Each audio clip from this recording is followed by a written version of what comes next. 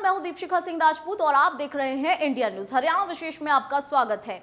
16 जनवरी 2021 को देश में स्वास्थ्य कर्मियों और फ्रंटलाइन वर्कर्स को टीका लगाए जाने की शुरुआत हुई थी।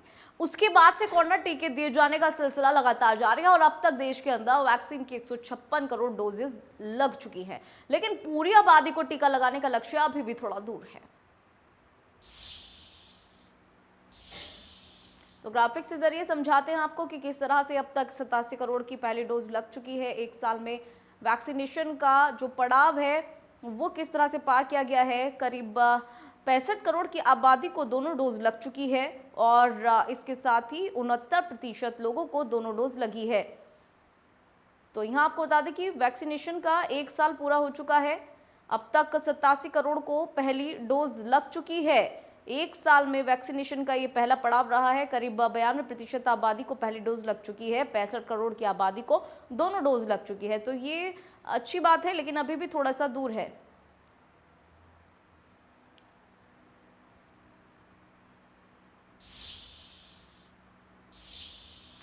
तो देश में कितने लोगों का वैक्सीनेशन नहीं हुआ है, ग्राफिक्स के जरिए ये भी आपको बताते हैं। तो देश की 33% आबादी को अभी तक टीका नहीं लग पाया है, यानी कि 33% लोग ऐसे हैं जिन्होंने अभी तक टीका नहीं लगाया। 15 साल तक के बच्चों को टीका लगने की शुरुआत अभी नहीं हुई है और देश की आबादी 138 करोड़ है। ऐसे में पहली डोज 90 करोड़ लग चुकी है। हालांकि एक साल पूरा हो चुका है वैक्सीनेशन का, लेकिन 87 करोड़ आबादी अभी भी बाकी है। 47 करोड़ आबादी अभी भी बाकी है। तो देश में 33% आबादी को अब तक टीका नहीं लगा है। 15 साल तक के बच्चों को टीका लगने की शुरुआत अभी तक नहीं हुई है।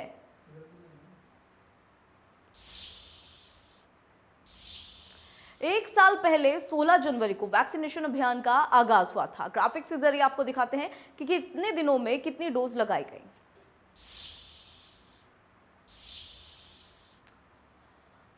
तो बता दें कि 50 करोड़ डोज 203 दिन के अंदर लगाई गई। 50 से 100 करोड़ डोजेस 75 दिन के अंदर लगाई गई। 100 से 150 करोड़ तक की डोजेज जो हैं वो 82 दिन के अंदर लगी। तो किस तरह से भारत ने रफ्तार पकड़ी। वैक्सीनेशन का पूरा एक साल हो चुका है। 82 दिन में 150 करोड़ लोगों को टीका लग चुका है और जब शुरुआत हुई थी तो 203 दिन में 50 करोड़ लोगों को जो वैक्सीन है वो दी गई थी। फिर 50 से 100 करोड़ लोगों को 75 दिन में, 82 दिन के अंदर 100 से 150 करोड़ लोगों ने खुद को वैक्सीनेट कराया और वैक्सीनेशन का ये पूरा साल हो चुका है। भारत ने किस तरह से रफ्तार पकड़ी वो हमने इन ग्राफिक्स के जरिए आपको बताया कि किस तरह से 203 दिन में 50 करोड़ लोगों को डोज जो है वो लगी। इसके बाद 50 से 100 करोड़ डोजेज जो है वो 75 दिन के अंदर लगाई गई। फिर 100 से 150 तक का जो आंकड़ा है, 150 करोड़ तक का डोजेस का आंकड़ा 82 दिन में पूरा किया गया। हालांकि अभी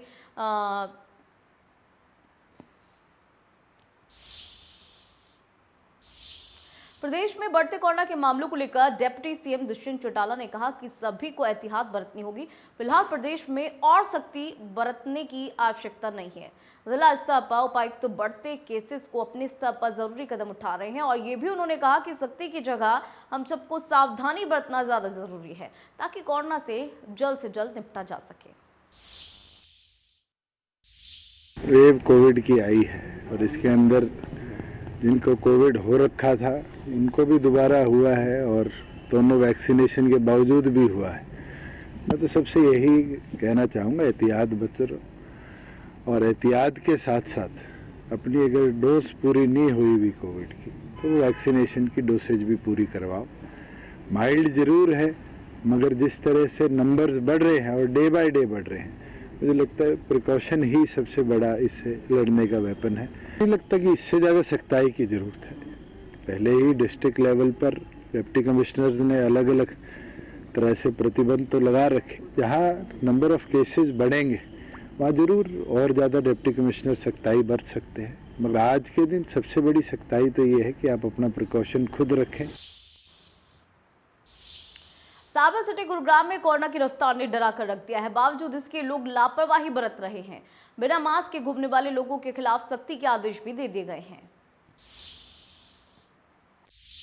गुरुग्राम में लगातार बढ़ रहे कोरोना के मामलों के बीच जो लोग हैं लापरवाही बरतते नजर आ रहे हैं। इस समय मैं मौजूद हूं गुरुग्राम के सदर बाजार मार्केट में, जहां आप देख रहे हैं जो लोग हैं बिना मास्क के नजर आ रहे हैं। तो ऐसे में कहीं ना कहीं एक बड़ा कारण है गुरुग्राम में जिस तरीके से लगातार जो कोरोना के मामले हैं वो बढ़ते जा रहे हैं। पूरे हरियाणा की मैं बात करूं, पिछले 24 घंटे में 9,000 मामले सामने आए थे, जिसमें से 3349 मामले सिर्फ और सिर्फ गुरुग्राम जिले से सामने आए हैं। तो जिस तरीके से सरकार ने लोगों से अपील की है कि वो बेवजह अपने घर से बाहर ना निकलें, यदि बाहर निकले मास्क और सोशल डिस्टेंसिंग का पालन करें, लेकिन गुरुग्राम में उसके बिल्कुल विपरीत नजर आ रहा है। लोग बिना सोशल डिस्टेंसिंग के, बिना मास्क के घूमते नजर आ रहे हैं। ये एक बड़ा कारण है कि गुरुग्राम में लगातार जो नंबर ऑफ केसेज है कोरोना के वो बढ़ते जा रहे हैं।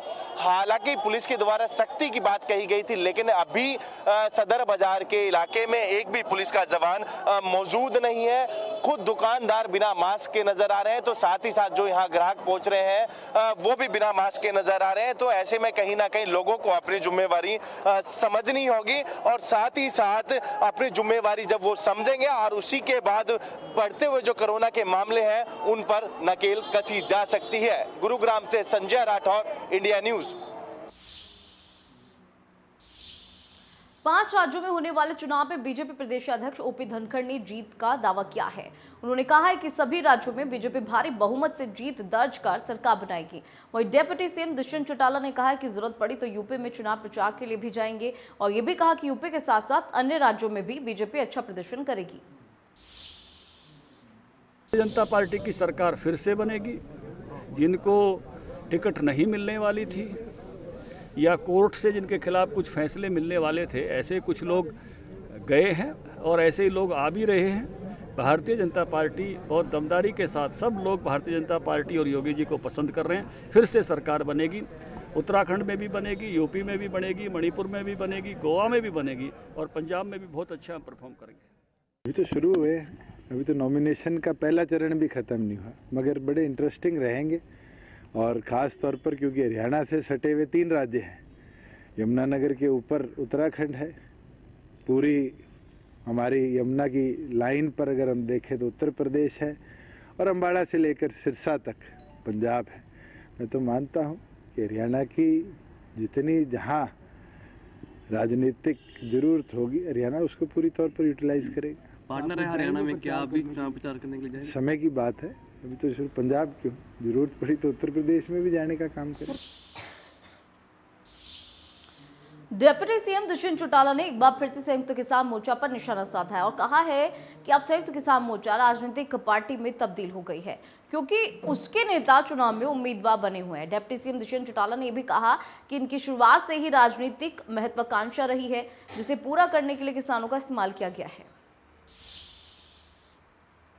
लड़ने पहले फिर बैठ जाएंगे। अभी तो वो चुनाव लड़ने की तैयारी कर रहे हैं, और जिस तरीके से यूनियंस के लोग जो पूरे इस आंदोलन का नेतृत्व कर रहे थे और राजनीति से दूर रहने की बात करते थे, अब वो खुद ही टिकट ले लेकर चुनावी मैदान में है, तो उनकी मंशा भी पब्लिकली साबित होगी कि उनका मूल जो आइडिया था इस पूरे आंदोलन को लेकर पंजाब चुनाव था, और वो मंशा संयुक्त किसान मोर्चा से संयुक्त संघर्ष मोर्चा बनाकर पार्टी जो उनने बनाई, इसके अंदर उनने स्पष्ट कर दिया।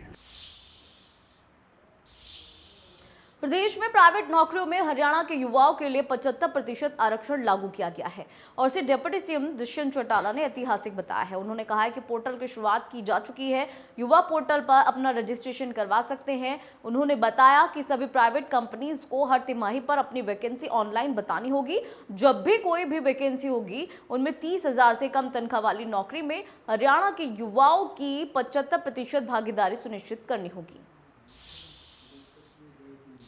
वर्ग के अंदर 75% रिजर्वेशन लागू है, और मैं तो ये मानता हूँ कि आज का दिन एक ऐतिहासिक दिन है हरियाणा के युवाओं के लिए, जो प्रतिबंध करता है तमाम प्राइवेट सेक्टर के अंदर इंस्टीट्यूशंस को, ट्रस्ट सोसाइटीज़, इंडस्ट्रीज़, सबको, कि वो अपने आप को अब रजिस्टर करें और हर क्वार्टरली अपना data of new employment, data of recruitment government के साथ शेयर करें। और पूरी तौर पर इसमें जो डिले आया वो फुल प्रूफ करने के लिए ही आया कि हमारी ओर से इसकी मॉनिटरिंग प्रॉपर हो और हरियाणा के युवाओं को बराबर रोजगार का अधिकार मिले। लेबर डिपार्टमेंट के अधिकारियों ने दिन रात काम कर पोर्टल भी बना दिया है, अपनी हेल्पलाइन भी बना दी है और पूरा इंफ्रास्ट्रक्चर भी अब पूरी तरह तैयार है, जो हर कंपनी को अब बाधित करता है।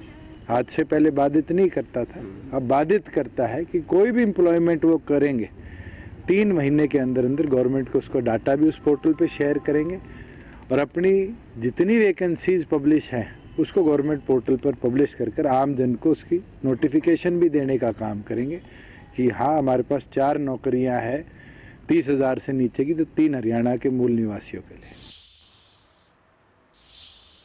23 जनवरी को नेताजी सुभाष चंद्र बोस जयंती को पराक्रम दिवस के रूप में मनाने के लिए हरियाणा बीजेपी लगातार जुटी हुई है। नेताजी की 175वीं जयंती की तैयारियों को लेकर नूंह की पटेल वाटिका पहुंचे बीजेपी प्रदेशाध्यक्ष ओपी धनखड़ ने ग्राम प्रमुख और वार्ड प्रमुख की बैठक ली। इस दौरान उन्होंने कहा कि इस बार कम से कम 6 लाख लोग सुभाष चंद्र बोस की जयंती पर उन्हें याद करें। भाजपा इसके लिए हर संभव कोशिश कर रही है। मेवात जिले में भी हर गाँव में हर वार्ड स्तर पर कम से कम 75 लोग उनकी जयंती के अवसर पर एकत्रित हो। उन्होंने आगे कहा कि जब वो पंचायत मंत्री बने थे तब उन्होंने हर गांव में गौरव पट लगवाए थे ताकि हर गांव के स्वतंत्रता सेनानी वीर शहीदों को इतिहास के पन्नों में उचित स्थान मिल सके और उन्हें हमेशा याद किया जा सके।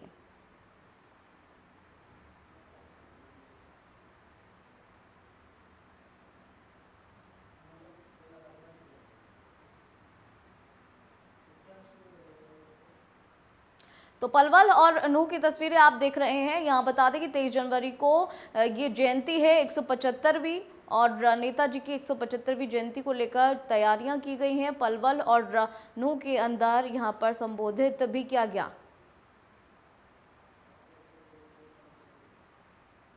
पराक्रम दिवस हर पंचायत में और हर वार्ड में हम ये पराक्रम दिवस मनाएंगे और हरियाणा के सभी स्वतंत्रता सेनानियों का, जितने भी ज्ञात हैं और अज्ञात को खोजने का प्रयास कर रहे हैं और जितने भी शहीद हैं उनका सम्मान करेंगे।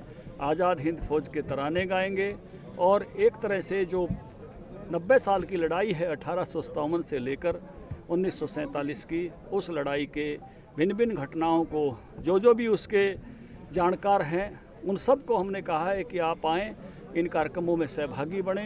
जिनके परिवारों के लोग थे उनको सबको बुला के सम्मान करेंगे और इस आज़ादी की सारी इस याद को जो है इस अमृत महोत्सव में जो है लेकर आएंगे। और इस बार का जो ये नेताजी सुभाष चंद्र बोस की जयंती 125वीं जयंती पराक्रम दिवस है, हरियाणा भर में 6 लाख लोग इसमें सहभागी होंगे।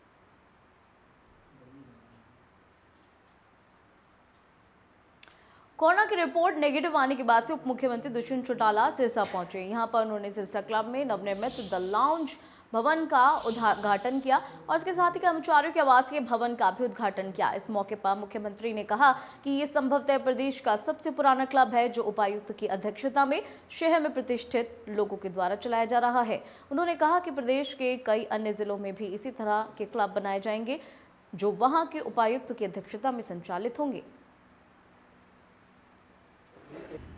सिरसा क्लब जो हरियाणा का one of the oldest club है, इसको आज और नया स्वरूप दिया गया, जहां डाइन एरिया के साथ साथ पुराने बैडमिंटन कोर्ट को डिमोलिश कर रेस्टोरेंट कम लाउंज एरिया बनाया है।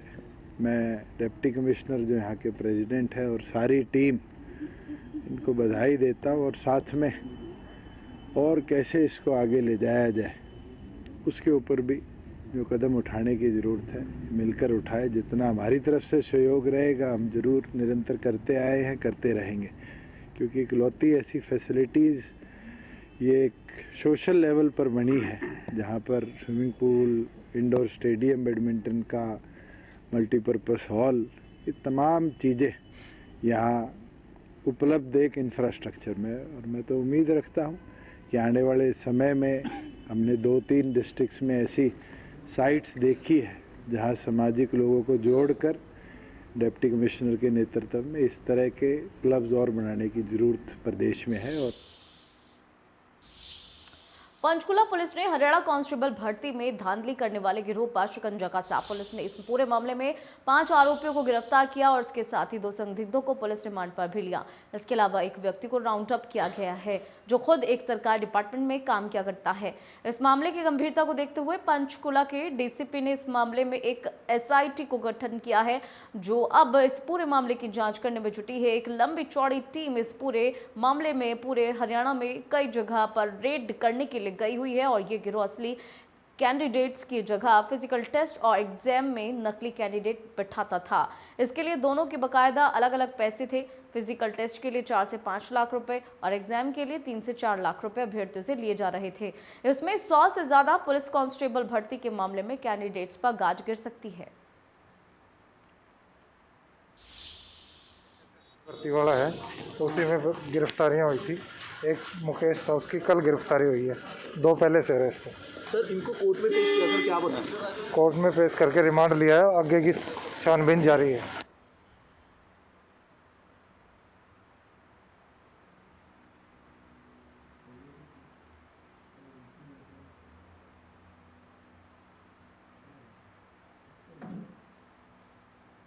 तो पुलिस ने बड़ी कार्रवाई की है और 5 आरोपियों को गिरफ्तार किया है।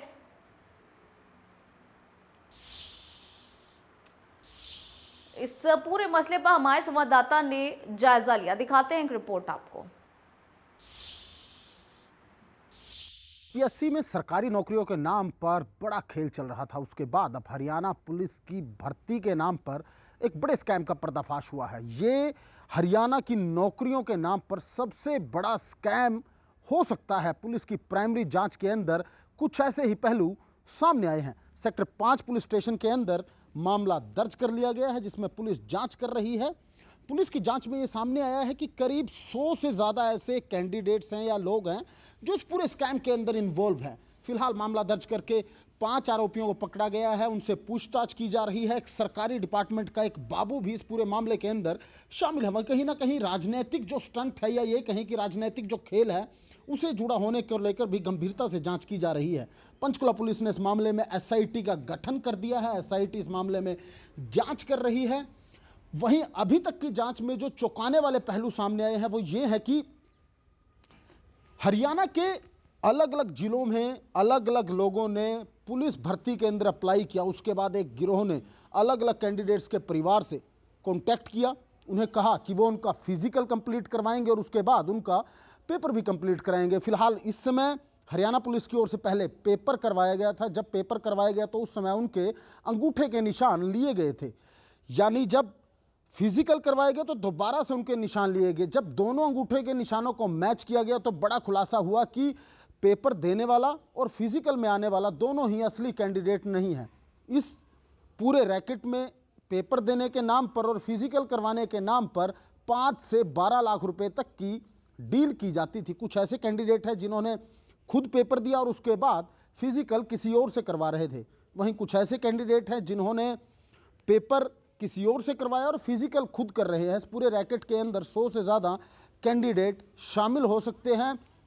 इस बारे में हरियाणा सरकार को पुलिस की ओर से एक रिपोर्ट बनाकर भेजी गई है, सीआईडी की ओर से एक रिपोर्ट बनाकर भेजी गई है। वहीं हरियाणा के जो डीजीपी हैं उनको भी एक लेटर भेजा गया है कि ये हरियाणा की पुलिस भर्ती का सबसे बड़ा स्कैम साबित हो सकता है। ऐसे में देखना यह होगा कि पुलिस अगर ईमानदारी से इस मामले की जांच करती है, कोई राजनीतिक षड्यंत्र नहीं रचा जाता है, तो इस पूरे मामले के अंदर सैकड़ों लोग सामने आ सकते हैं। कैमरामैन कपिल नागपाल के साथ अमित शर्मा, इंडिया न्यूज़ हरियाणा। तो हरियाणा विशेष में फिलहाल इतना ही, रुकेंगे एक छोटे से ब्रेक के लिए।